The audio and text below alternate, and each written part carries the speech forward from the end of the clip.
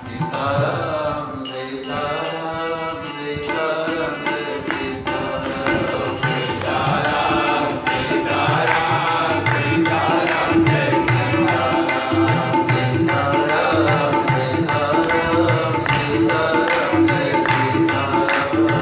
सीताराम सीताराम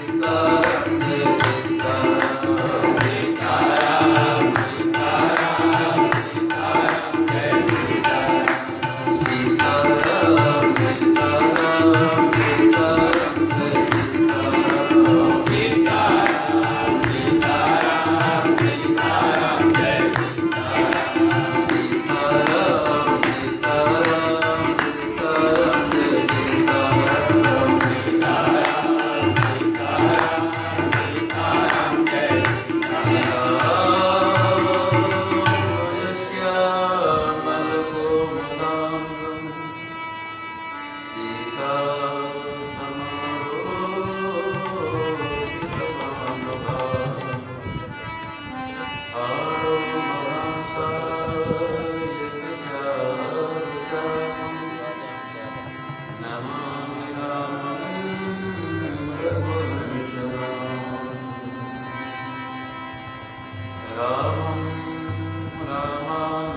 सीताराम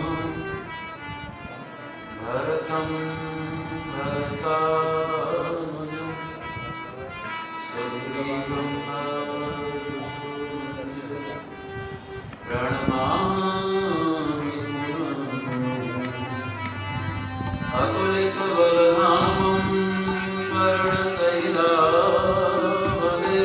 सीताराम सीताराम जय सीताराम सीताराम सीताराम सीताराम जय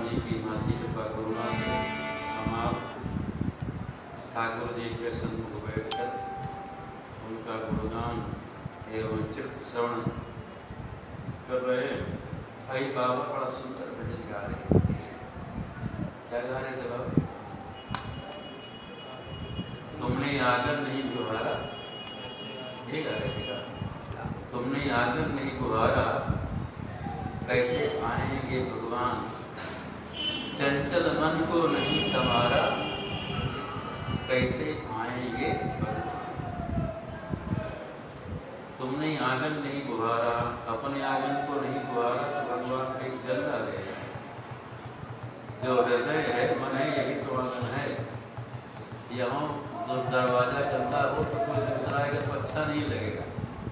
नाक दबा के दूर से भाग जाएगा, क्यों? नाक दबाएगा तो गंदगी आएगी तो अच्छा लगेगा।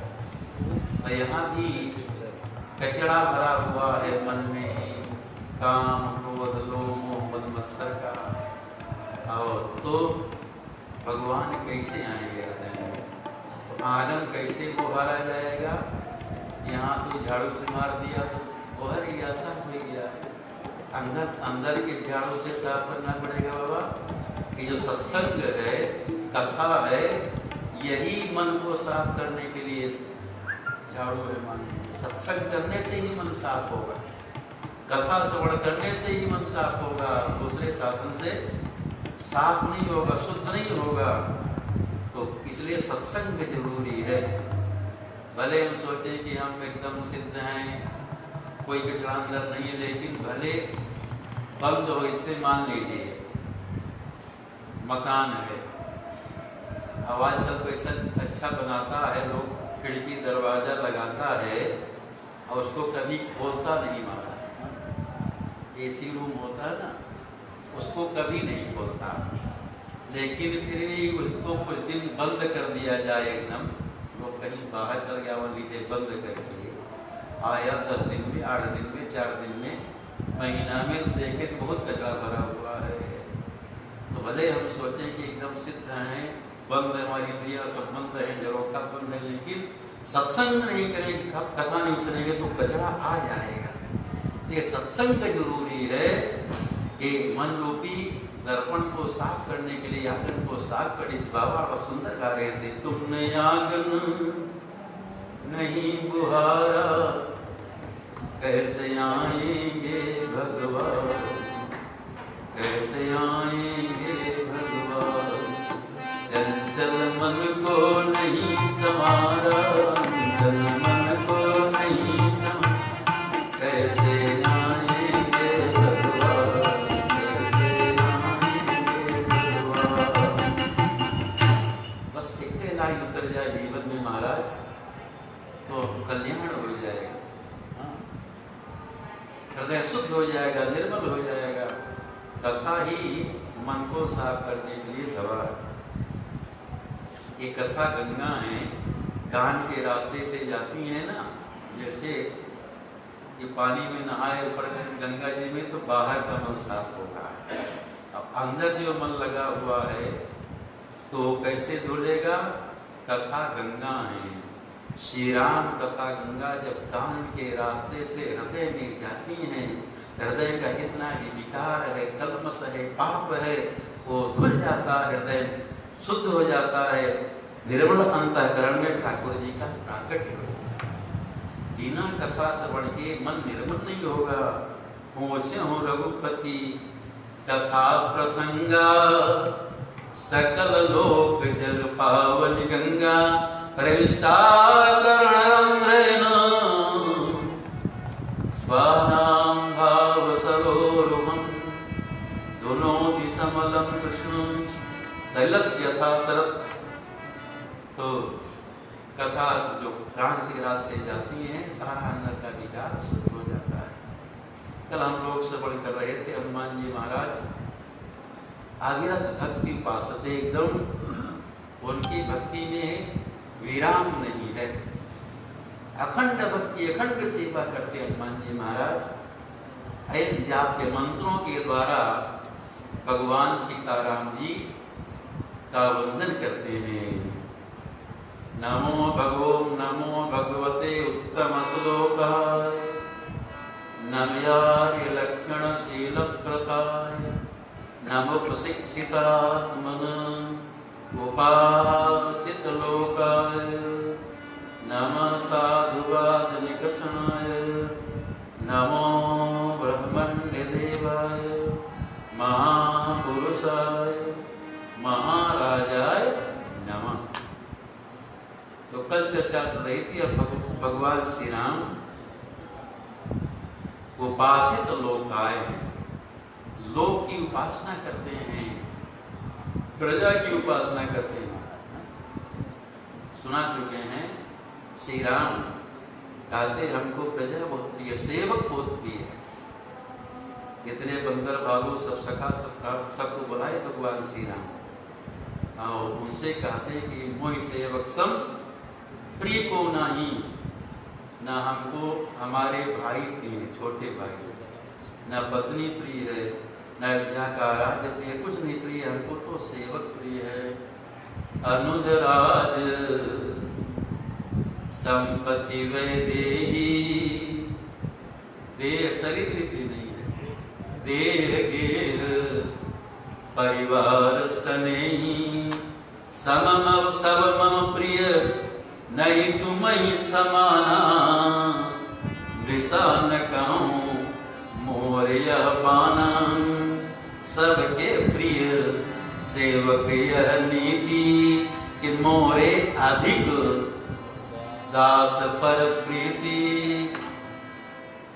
श्री राम जी कहते सेवक सबको प्रिय होता है नियम में, लेकिन हमको जो मेरा दास है बहुत प्रिय होता है, मोरे अधिक दास पर प्रीति। अनन्य दास जो है भगवान को बहुत प्रिय होता है। भगवान लोक की प्रजा की उपासना करते हैं। साधुवाद निकषणाय, भगवान साधुता की कसौटी है, निकष। जैसे सोना को परखने के लिए, परीक्षा करने के लिए सोनार कसौटी रखता है और उस कसौटी में पत्थर में सोना को घिस करके देखता है सोना खरा अथवा खोटा है। तो भगवान श्री राम साधुता के निकष हैं, साधुवाद निकषणाय। साधु के जितने लक्षण हैं सब भगवान श्री राम जी में हैं। तो हमको आपको भी देखना चाहिए कि क्या हमारे को लक्षण है कि नहीं।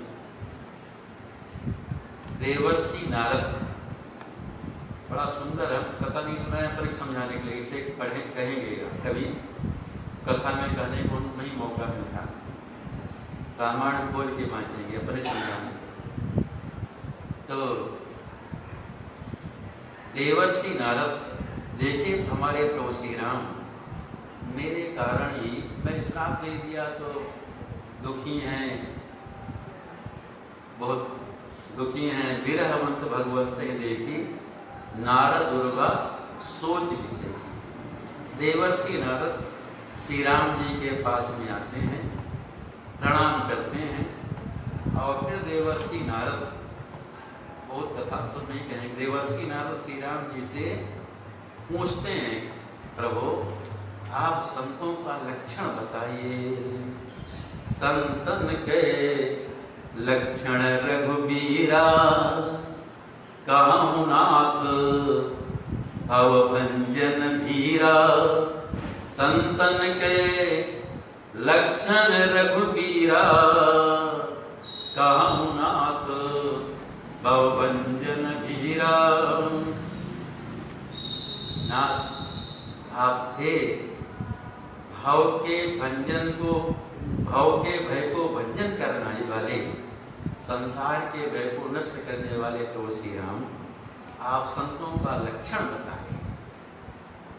देखो भाई, संतों का लक्षण कोई साधारण व्यक्ति नहीं कर सकता, क्योंकि संतों में अनंत गुण हैं। अरे ब्रह्मा जी, शंकर जी, विष्णु भगवान भी नहीं कर सकते संतों का। विधि हरिहर कवि को विद्वानी, कहत साधु महिमा सकुचानी।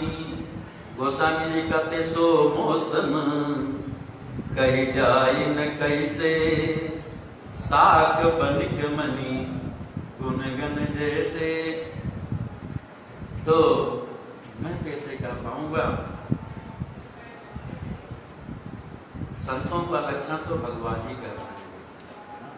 श्री राम जी संतों का लक्षण रामायण में कहे। एक तो नारद जी पूछे तब, और दूसरा भरतलाल जी, साक्षात राम प्रेम की मूर्ति श्री भरतलाल श्री राम जी से पूछे संतों का लक्षण। तो भगवान श्री राम वहाँ संतों का लक्षण बताए।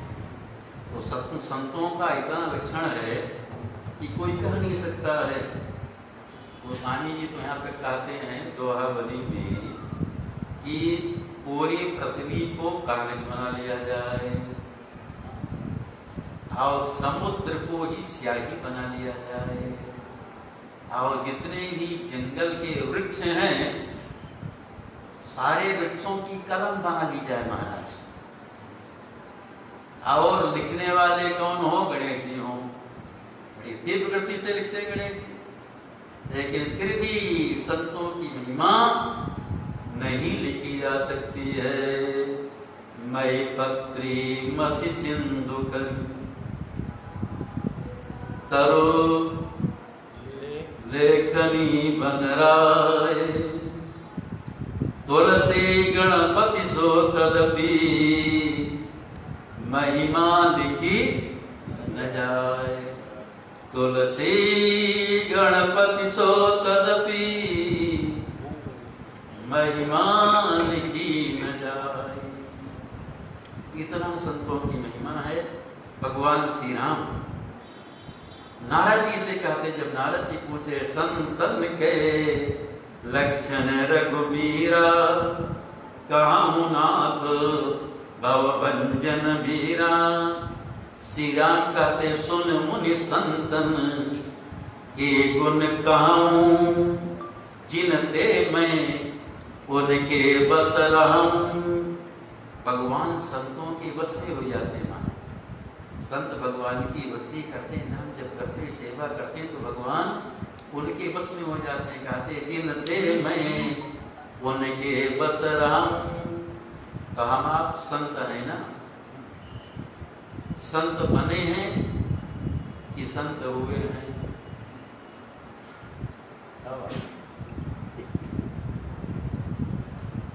संत बनना अलग बात है, होना अलग बात है।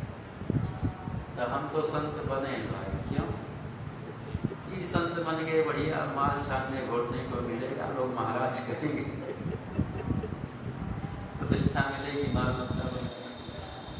तो बनने मात्र से विधवा जी नहीं भगवान श्री राम बस में होंगे कि चलो गड़िया बढ़ाएंगे और अब भगवान मिलिए जाएंगे। लेकिन कैसे मिलेंगे? प्रोग्राम आ गया लेकिन नहीं जा पाए। संत प्रोग्राम का चक्कर नहीं पड़ पा रहे, भजन के पीछे पड़ता है।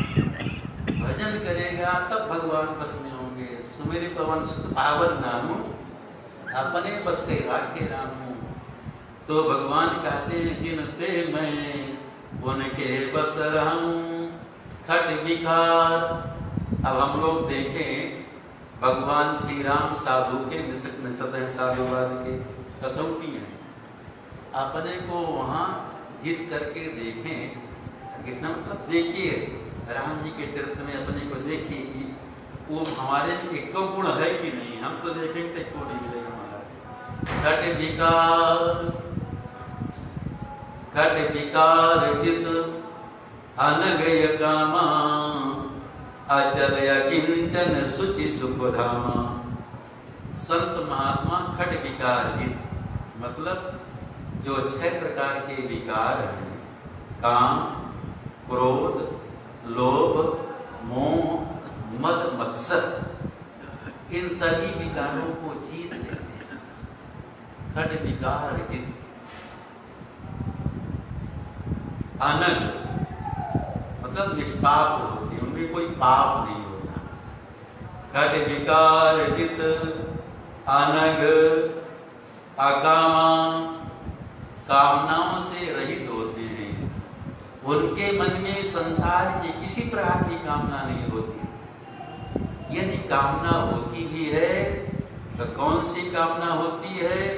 हमको हमारे प्राण प्रियतम युगल सरकार भगवान सीताराम जी का दर्शन हो जाए, उनकी भक्ति मिल जाए, उनका नाम जब होता रहे, यही कामना होती है। और संसार की कोई कामना वासना नहीं होती। तो अकामा घट विकार जित अनग अकामा अचल अकिंचन सुखी सुखधामा। वो अचल होते हैं,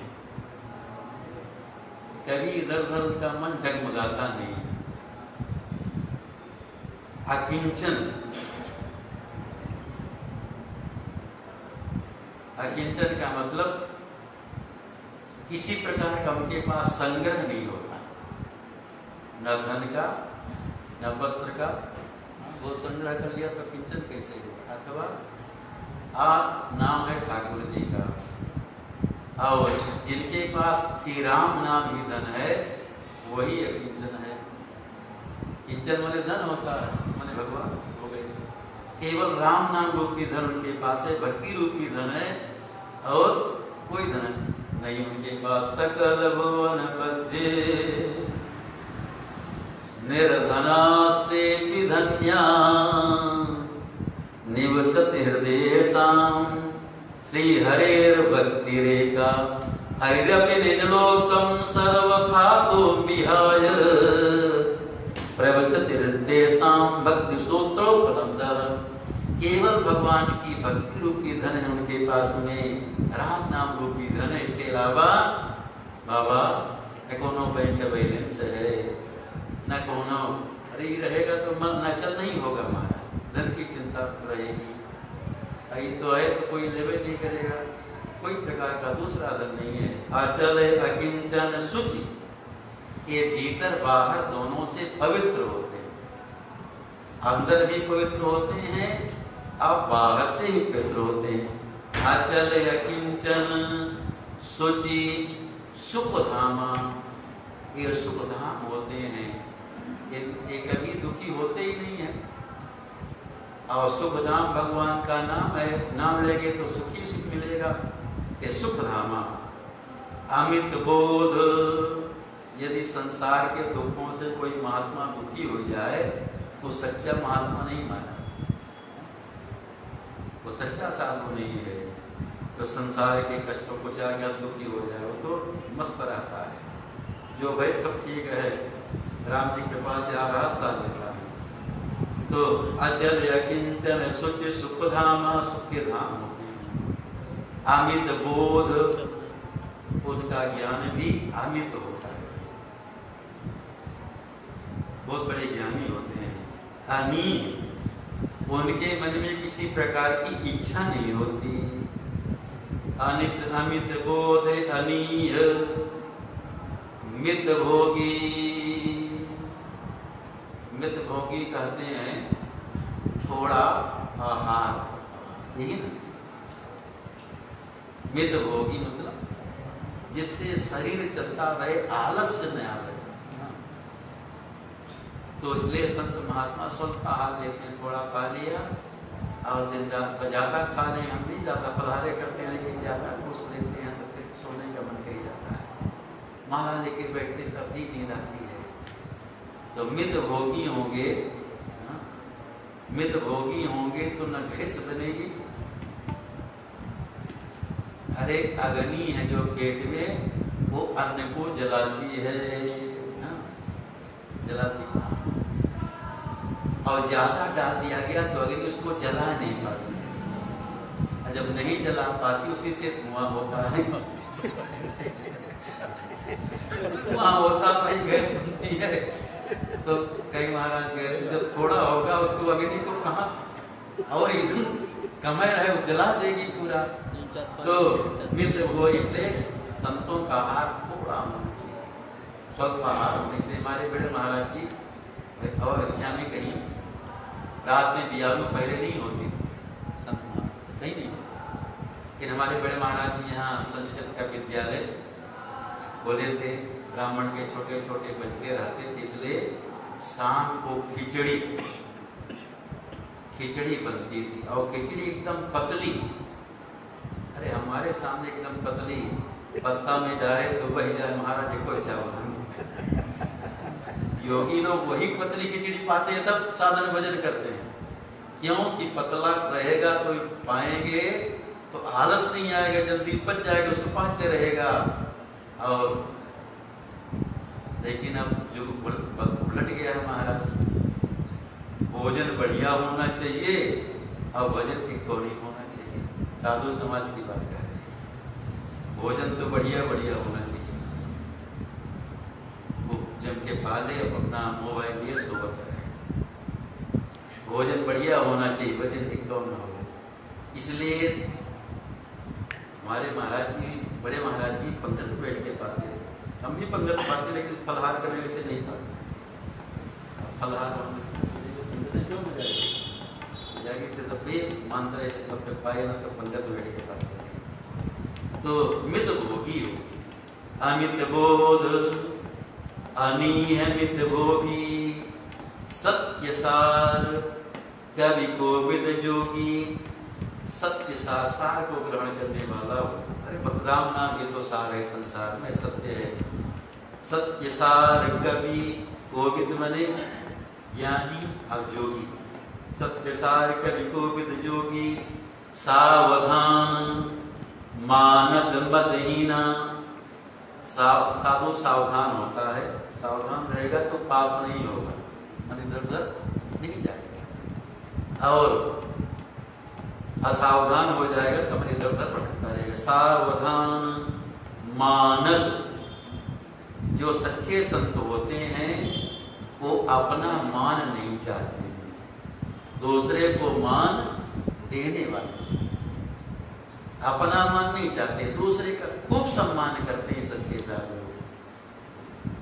सबको मान देना चाहिए, मान देना चाहिए।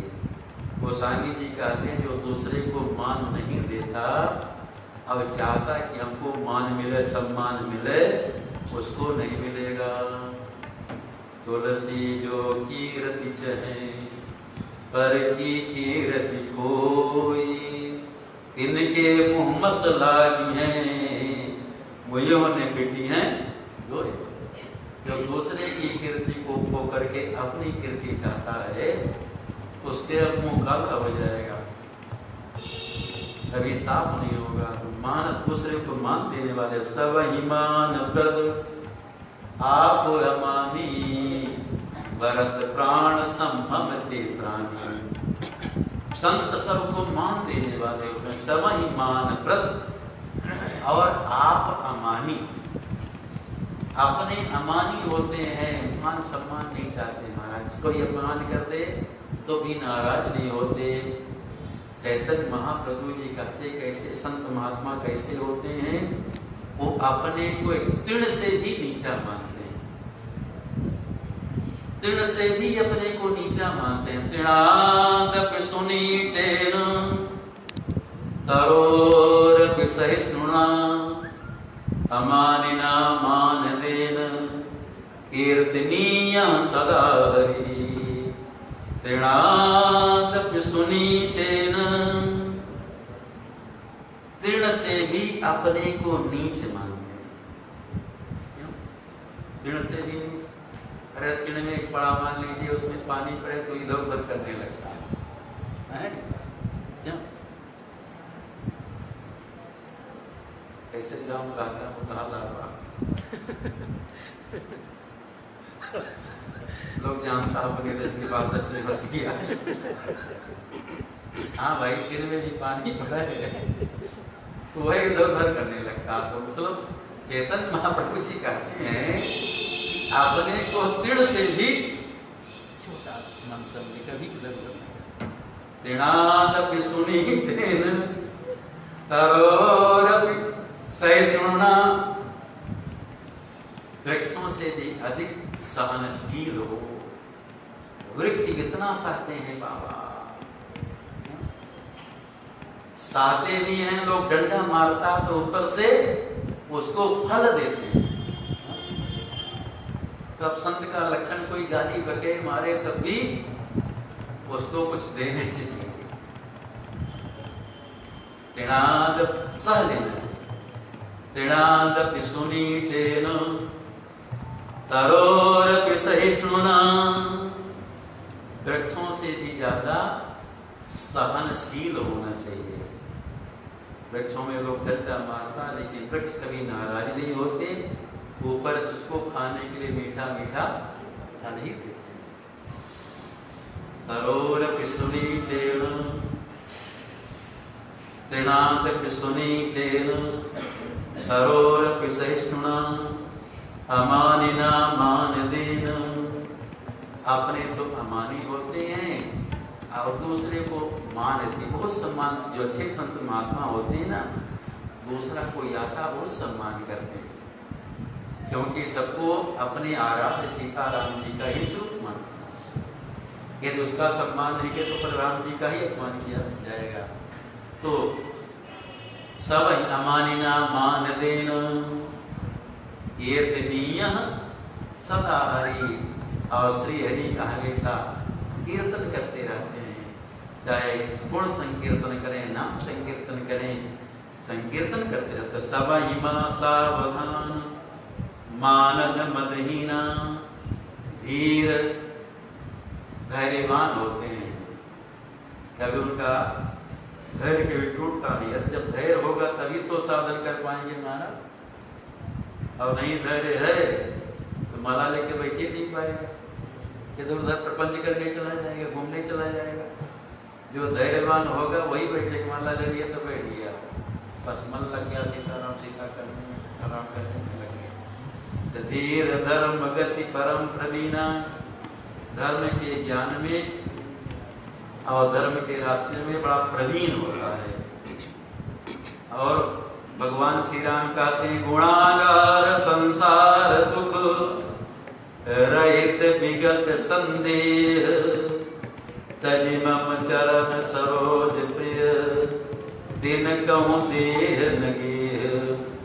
वो गुणागार होते, मैंने गुण के ही भंडार होते हैं। संसार दुख रहित, संसार के दुखों से रहित होते हैं, और विगत संदेह, उनके मन में किसी प्रकार का संदेह नहीं होता। तजि मम चरण सरोज प्रिय दिन कहाँ देह नगे। भगवान श्री राम कहते हैं कि हमारे चरण कमलों को छोड़ करके उनका न कहीं शरीर है और न घर है। मेरे चरण को इतना शरीर मानते हैं, घर भी मानते हैं। दिन कहाँ देह नगे, तब सर्वस्व राम जी अपने भगवान को ही मानते हैं। माता रामो मद्पिता रामचंद्र, स्वामी रामो मत सखा रामचंद्र, सर्वस्व में रामचंद्र दयालुर, नान्यम जाने नहीं जाने न जाने। तो तजि मम चरण सरोज प्रिय तीन कहूँ देह नगे। और श्री राम कहते हैं निज गुण सवन सुनत सकु चाही, पर गुण सुनत अधिक हर साई। यदि कोई संत महात्माओं का बहुत प्रशंसा करता है, गुण गाता है, तो सुन करके अपनी प्रशंसा संकोच कर लेते हैं, कान बंद कर लेते हैं। निज गुण सवन सुनत सकु चाही, पर गुण सुनत अधिक हर साई। क्योंकि अपनी प्रशंसा सुनेंगे तो घमंड होगा, महाराज ऐसे हैं, ऐसे ऐसे, हम अपने सुनना चाहते हैं, तो उससे घमंड होगा। अब अभिमान आया तो पतन हो जाएगा, हम गिर जाएंगे, हमारा पतन हो जाएगा। इसलिए कोई कुछ प्रशंसा करे, महाराज ऐसे हैं, तो उसको न सुने, महाराज संकोच करे। निज गुण सबन सुनत सकुचाई, पर गुण सुनत अधिक हर साई। अब कोई दूसरे का गुणगान करता है, सुन करके बड़े प्रसन्न होते हैं। सम शीतल नहीं त्याग नीति, सरल स्वभाव सवई सकते थे, उनका सरल स्वभाव होता है और सबसे प्रेम करते हैं। और जप तप व्रत दम संयम नेमा, गुरु गोविंद विप्र पद प्रेमा। वो जप करते हैं, तपस्या करते हैं, व्रत करते हैं। दम मतलब इंद्रियों का निग्रह, हाँ, संयम करते हैं, और नियम से नियम से करते हैं। जब तब व्रत जब संयम नेमा, नियम से सब करते हैं। गुरु गोविंद विप्र पद प्रेमा, जैसे जब तब व्रत सब करना चाहिए महात्मा, तबे न सही निकलेंगे बाबा। बड़ा सुंदर हम अपने को समझा रहे हैं, दोबारा फिर पढ़ेंगे तब समझ में आएगा। रामायण का रणकांड का अंतिम दोहा है, जिसको पढ़ना हो पढ़ लेगा महाराज, अर्थ वाली रामायण से समझ में आ जाएगा। ये गुण आ जाए हमारे में तो हम राम जी को प्रिय हो जाएंगे। तो जब तप व्रत दम संयम नेमा, गुरु गोविंद विप्रपद प्रेमा। गुरु में, गोविंद में, आप ब्राह्मण में, उनके चरण कमल में प्रेम होता है। संतमान दृढ़ प्रेम होता है गुरुदेव में, गोविंद में, भगवान में, विप्र में। श्रद्धा क्षमा मयत्री दया, मुदिता मम पद प्रीति माया। बड़ी श्रद्धा होती है उनकी ठाकुर जी में, गुरुदेव में, गोविंद में, धर्म में बड़ी श्रद्धा होती है। श्रद्धा क्षमावान होती, क्षमा मैत्री, जीवों से उनकी मैत्री होती है। दया सबके ऊपर में दया करते हैं। मुदिता हमेशा प्रसन्न रहते हैं। मम पद प्रीति अमाया, निष्कपट मेरे चरण कमलों में प्रेम करते हैं। अमाया मतलब बिना माया, भी निष्कपट मेरे चरण कमलों में प्रेम करते हैं। विरति विवेक विनय विज्ञान, वैराग्यवान होते हैं, ज्ञानी होते हैं, विनम्र होते हैं, विज्ञान। उधर विवेक आ गया तो विज्ञान इधर फिर क्यों कह रहे हैं विज्ञान? अरे मान लीजिए बहुत पुस्तक पढ़ करके ज्ञान प्राप्त कर लिया, उसको विज्ञान ने ज्ञान कर दिया, लेकिन विज्ञान कहते हो ज्ञान जीवन में उतर जाए। सत्य और असत को हम समझ लें और समझने के बाद असत को छोड़ दें और सत्य को ग्रहण कर लें, वही विज्ञान है। असत क्या है? ये संसार जो माया है असत है, और सत्य क्या है? भगवान है। ये तो ज्ञान महाराज पढ़ने के बाद असत का परित्याग करके और सत्य की शरण में आकर के और भगवान का भजन करता है। यही तो सत्य है। सत्य हरि भजन जगत सब सपना, उमा कहूं मैं अनुभव अपना। तो शंकर जी तो जो ज्ञानी विज्ञानी होगा तो उसको समझ करके और उसको अपने जीवन में उतार लेगा, फिर सत्य का ही भजन करेगा। विरत विवेक विनय विज्ञान, बोध यथार्थ वेद पुराण। वेद पुराणों का यथार्थ उनको बोध होता है, ज्ञान होता है। नहीं पढ़ा है तो कोई बात नहीं कि हम वेद पुराण पढ़े तभी ज्ञान होगा। ये कोई जरूरी नहीं कि पढ़ने से ज्ञान हो जाएगा। बहुत पढ़ने वाला पंडित रहता है महाराज, डिग्री ले लेता है, कहाँ ज्ञान होता है? और ही फंसा रहता है। जो भजन करने से ज्ञान होगा वो सच्चा ज्ञान होगा, और ज्ञान जो है कल्याण करने वाला होगा। उसको सबका ज्ञान हो जाएगा वेद पुराण शास्त्र भजन करने से। हमारे सबसे बड़े महाराज जी जिनके नाम से आश्रम है ना, श्री राम वल्लभा कुंज, हमारे सबसे बड़े महाराज जी एक तो पढ़े नहीं थे महाराज। क्यों मुझे सुन रहे हैं ना, सोए रहे थे। एक तो डिग्री उनके पास नहीं थी, कहीं विद्यालय में पढ़ने नहीं गए। हम सुने, हम उनके पुस्तक में पढ़े नहीं, लेकिन हाँ बचपन से भजन करते थे। बड़े तेजस्वी थे, बड़े भक्त संस्कारी अवतारी पुरुष थे। साक्षात राम जी उनके रूप में आए तो कहीं पढ़ने नहीं गए, लेकिन भजन किए थे। और उनको जब भगवान सीताराम जी का दर्शन हो रहा था, हनुमान जी का दर्शन हो रहा था, तो एक दिन हनुमान जी महाराज उनको आशीर्वाद दिए दर्शन देकर कि आपको सबका ज्ञान हो जाएगा, जितने वेद है पुराण शास्त्र में सबका ज्ञान हो जाएगा। और हनुमान जी महाराज के आशीर्वाद से उनको सबका ज्ञान हो गया। और अयोध्या के वशिष्ठ जी माने जाते थे उस समय। वशिष्ठ जी कहते थे, पंडित जी उनको कहते थे। पंडित का मतलब ही है जिसको असद असत का ज्ञान हो जाए वही पंडित है। बुद्धि ऐसी हो जाए, उनको पंडित कहा जाता था। हमारे गुरुदेव भगवान कहा करते थे, अज्ञान में पहले कथा नहीं होती थी। हमारे संप्रदाय के महात्मा कहते थे, पढ़ा लिखा बन के काम, बजरे साधु सीता। तो कथा नहीं होती थी, लेकिन हमारे सी महाराज जी कथा कहना प्रारंभ किए। छावनी में रहते थे, बड़े सुंदर भजन करके सिद्ध हो गए थे। भजन करके सब कुछ मिल जाता महाराज। अरे रैदास जी कहाँ पढ़ने गए थे महाराज? कबीरदास जी कहाँ पढ़ने गए थे? मीरा जी कहाँ पढ़ने गई थी? सबरी जी कहाँ पढ़ने गई थी? क्यों? लेकिन इनके जो पद हैं बड़े बड़े विद्वान अर्थ नहीं लगाता। क्यों? तो भगवान की कृपा से ज्ञान होता है। तो हमारे बड़े महाराज तो सबसे पहले आए महाराज दीक्षामी बुलाते थे और सेवा करते थे। सेवा करना चाहिए साधु।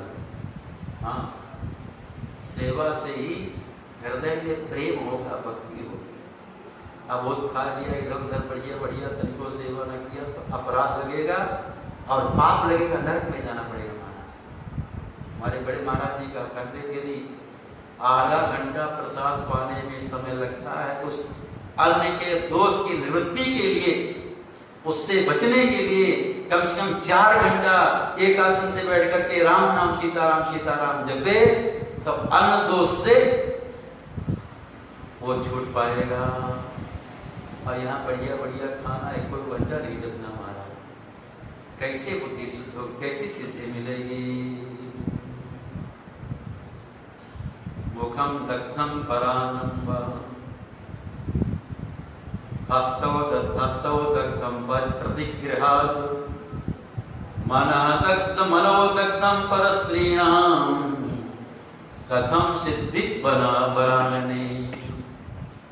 हमारा आपका जो मुख है, दूसरे का अन्न खाते खाते महाराज चल गया, दग्ध हो गया। मुखम दग्धम परानम, मुंह फैलाए रहते महाराज, दूसरा जी नहीं लेते। तो मुखम दग्धम परानम हस्तौ दग्धम प्रतिग्रहात्, हाथ जल गया महाराज, दान लेते लेते दक्षिणा लेते। सुन लिए कि हाँ वो बांट रहा है, नहीं बताए तो चले। और कहीं सुन ले वहां भगवान का दर्शन हो रहा तो नहीं हस्तौ दग्धम, हम अपने को कह रहे हैं, साथ में चले हम ही तो दौड़ते हैं। हस्तौ दग्धम प्रतिगृहात्, क्यों बाबा? मुखम दग्धम परान्नम वा हस्तौ दग्धम प्रतिगृहात् मनो दग्धम परस्त्रीणाम कथम सिद्धि बरानने। मन जो है पराय स्त्रियों का चिंतन करते करते एकदम अशुद्ध हो गया है, जल गया है, तो कैसे सिद्धि? इसलिए पहले महात्मा सब इसके चक्कर में नहीं पड़ते थे, बैठ गए अपना साधन करने में, न दान दक्षिणा के पीछे पड़ते थे न कुछ नहीं। अन्य भी अरे मधुकरी वृत्ति से भजन करते थे। अन्य अशुद्ध रहेगा तो मन पर प्रभाव पड़ता है। अरे हमारे आचार्य जिनके नाम से संप्रदाय है, स्वामी श्री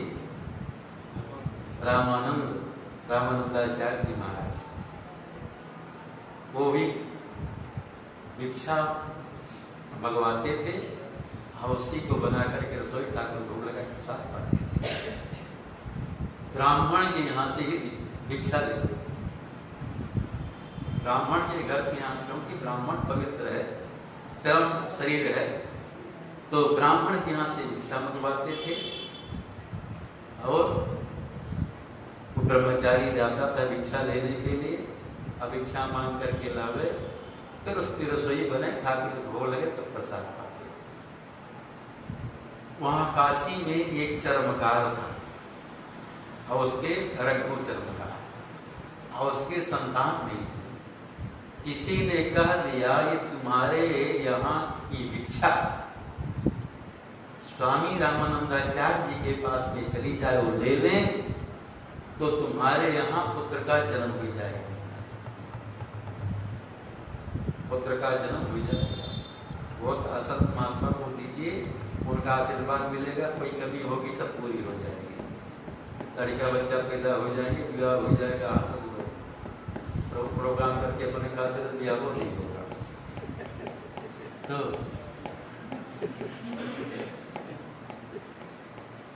अरे कहीं कहीं ऐसा नहीं ले कर, तो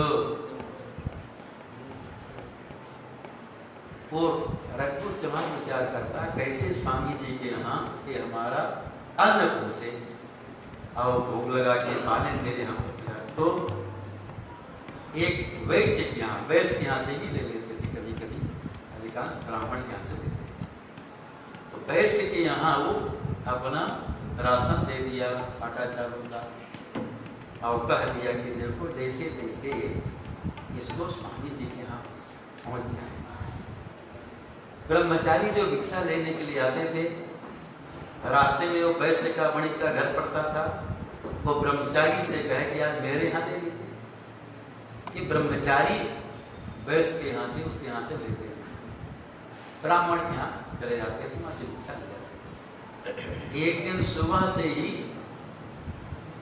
वर्षा होने लगी और वर्षा बंद नहीं हो रही थी बाहर। वो ब्रह्मचारी जब भिक्षा मांगने के लिए निकले, वर्षा हो रही थी, वैश्य के घर के दरवाजे के सामने अपना छाया में खड़े हुए। वो वैश्य कहता है ब्रह्मचारी आज वर्षा हो रही है, मेरे यहाँ से ले लीजिए। कहाँ जाएंगे वर्षा? वो ब्रह्मचारी से जब वैश्य बोला, वो ब्रह्मचारी भिक्षा ले वैश्य लेके आए और उसको फिर अपना अमनिया करके ठीक ठाक से रसोई बनाए, भगवान सीताराम जी को भोग लगाए। भोग लगाते थे जब स्वामी जी आचार्य चरण, तो मानसी सेवा में साक्षात दर्शन होता था कि हमारे प्रिय प्रीतम युगल सरकार सीताराम जी बाहर हैं। मानसिक सेवा लोग करते हैं, मानसिक सेवा सिद्ध होती है, उसमें ठाकुर, उसमें साक्षात ठाकुर जी होते हैं और उनका दर्शन होता है।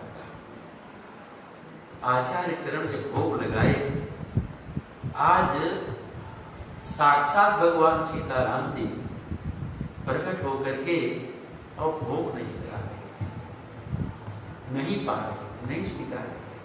अब पहले पाते थे, जब नहीं ध्यान लगा उनका, नहीं पाए, पूछे ब्रह्मचारी से कहाँ से भिक्षा लाए? बताया वैश्य के यहाँ से। वो रोज कहता था कि ले लो मेरे यहाँ से, तो आज पानी बरस रहा था तो मैं उसी के यहाँ से ले लिया। आचार्य चरण ध्यान लगा करके जब देखे, ध्यान में पता लगा ये तो शूद्र के यहाँ का अन्न है, चमार के यहाँ का नहीं। अपराध हो गया, इसलिए ठाकुर जी नहीं पा रहे हैं।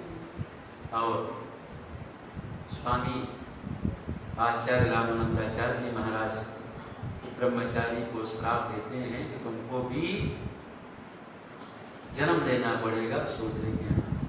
तो वही ब्रह्मचारी रघु चमार के यहाँ जन्म लिए।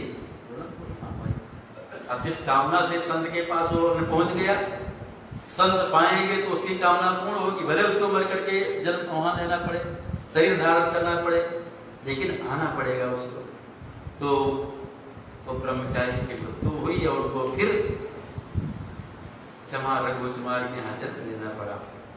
जब जन्म हुआ तो लेकिन ब्रह्मचारी के महाराज साधन करते थे, पूर्व जन्म की याद थी कि हमको समय तो ब्राह्मण का ब्रह्मचारी था, श्राप से मुझको चमड़कार के यहाँ जन्म लेना पड़ा। तो जब जन्म हुआ तो माँ का दूध नहीं पी रहे थे, माँ का दूध नहीं पी रहे थे। पता नहीं उस समय तो ले गए तो अब चमार के यहाँ जन्म लेना पड़ा, शूद्र बनना पड़ा। अब इसका दूध पी लेंगे तो पता नहीं क्या होना पड़े। दूध नहीं पी रहे थे।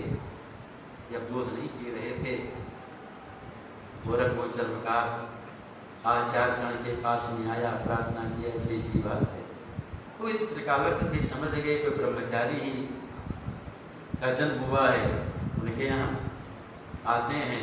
आज जब आचार्य चरण चमरौटी की ओर आए, चमारों की बस्ती में आए, लोग को देखकर जब लोग देखें आश्चर्य करेंगे, आज स्वामी जी कहाँ जा रहे हैं, इधर चमारों की बस्ती की ओर जा रहे हैं, कहाँ जा रहे हैं, तो कभी निकलते नहीं हैं। आए और चर्मकार से रखो से कहते, देखो आंगन को गाय के गोबर से भी, ये गाय आसन बिछा करके वहां बैठे, और वो जो बालक सद्योजात शिशु था, बालक था, उसको अपनी गोद में लेकर के और श्री राम खटक्षर महामंत्र की दीक्षा देते हैं और कहते हैं कि देखो अब तो दूध पियो, जन्म हो गया लेकिन पियो।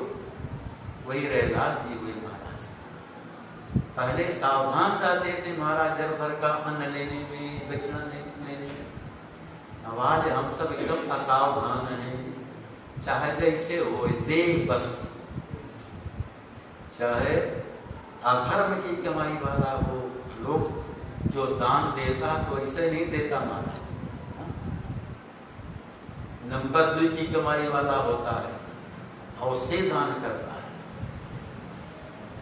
नंबर 2 का जो धंधा करता है बहुत उसकी उन्नति होती है, वही दान करता है महाराज। सही बात है, अधिकांश वही दान में आता है।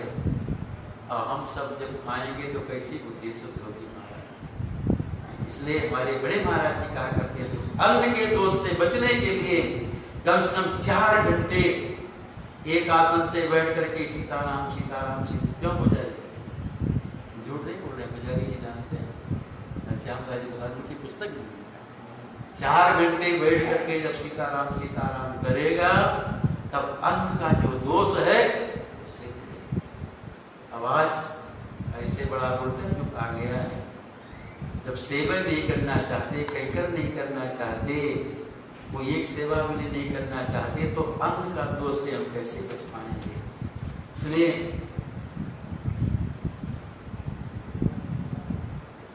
बोध जथारथ वेद प्रणाम पुराना, दंभ मान मद करहि न कामू, आभूल दे कुमारक पाऊं। यदि भूल करके भी कुमारी की ओर चले जाते हैं और क्या करते हैं, गावई सुनई सदा मम लीला, हेतु रहित परहित रतशीला। और सदा हमेशा मेरा गुण गाते रहते हैं, मेरा नाम जपते रहते हैं, नाम संकीर्तन करते रहते हैं, फिर लीला का गान करते हैं, लीला का चिंतन करते रहते हैं। 24 घंटा भगवान में ही मन लगाए रहते हैं। अष्टयाम होता है ना, अष्टयाम सेवा भी लोग करता है, मतलब 24 घंटा में 8 याम होता है, 3-3 घंटे का, 3-3 घंटे तो 4 याम दिन में, 4 याम रात में, अष्टयाम भी करना है। तो लोग कहते हैं संतना अष्टयाम सेवा हम कर रहे हैं, क्यों मिथिला में ज्यादा कहते हैं, क्यों महाराज अष्टयाम सेवा कर रहे, मतलब वो 24 घंटे भगवान का नाम लेते रहते हैं। मिथिला में कहते हैं अष्टयाम, वही अष्टयाम सेवा है।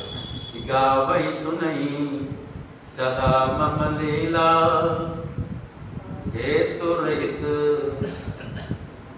भजन याद है, मिथिला याद आ गया तो मिथिला स्वागत बात को दिवस के वहीं पे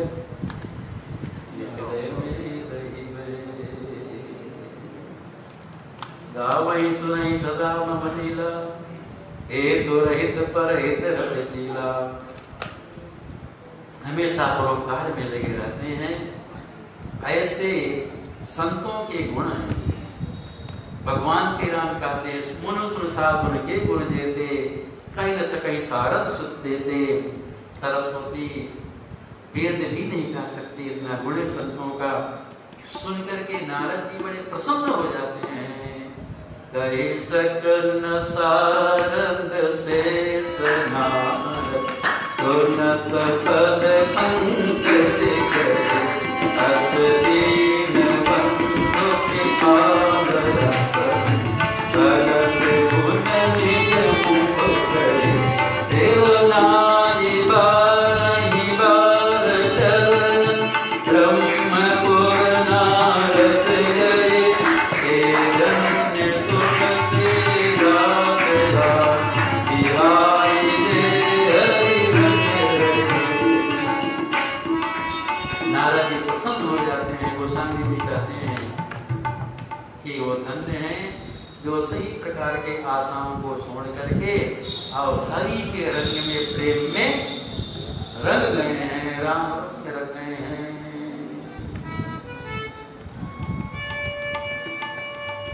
अपना किशोरी जी के टहल बजैबे सखिए, टहल बजैबे हम मिथिले में, मिथिले में हम चारों धाम, हम मिथिले में